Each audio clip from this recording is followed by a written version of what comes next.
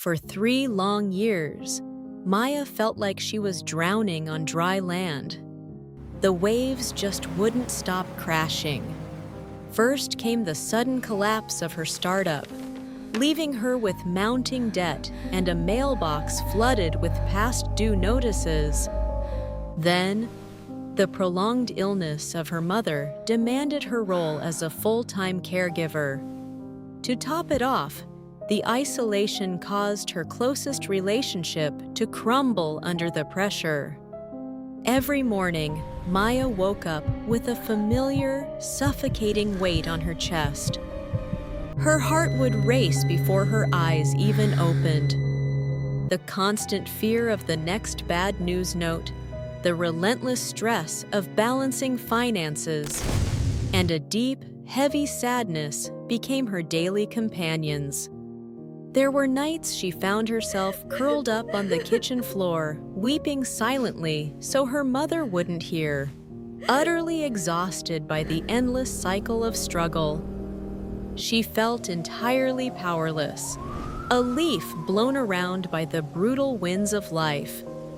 The turning point didn't come with a miracle lottery win or a sudden cure. It came on a rainy Tuesday in the form of a simple, jarring realization.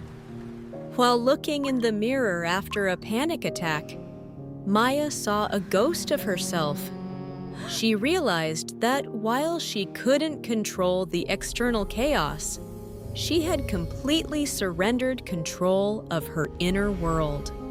She decided to fight back, not by trying to fix everything at once, but by rebuilding herself. Maya started small, implementing a strict, non-negotiable routine to reclaim her mind and body. Every morning, before checking her phone or her bills, she sat for 10 minutes in silent meditation, focusing solely on her breath. It was her daily reminder that she was the sky, and her anxious thoughts were just the weather. She began practicing yoga and going for brisk evening walks. She learned that moving her body was the fastest way to release the trapped adrenaline and cortisol caused by chronic stress. Maya ruthlessly guarded her energy. She politely distanced herself from cynical friends who fed her anxieties, muted the constant barrage of negative news, and stopped scrolling through the curated, perfect lives of strangers on social media. It wasn't easy. In the beginning, her mind screamed at her to worry. But week after week, she stuck to her routine, treating her self-care not as a luxury, but as medicine. A year later, Maya's life hadn't magically become perfect. Her mother's health still had its difficult days. The debt was being paid off, but it was a painfully slow process. Unexpected setbacks still landed on her doorstep like uninvited guests. But something fundamental had shifted.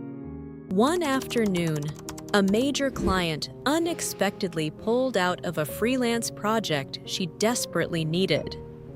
A year ago, this would have triggered a week-long spiral of tears, insomnia, and paralyzed terror. This time, Maya felt the familiar sting of disappointment, but the panic didn't take over. She closed her eyes, took a deep, deliberate breath, and felt the solid ground beneath her feet. She didn't cry. She didn't despair. She simply sat down, looked at her budget, and began typing a pitch to a new client.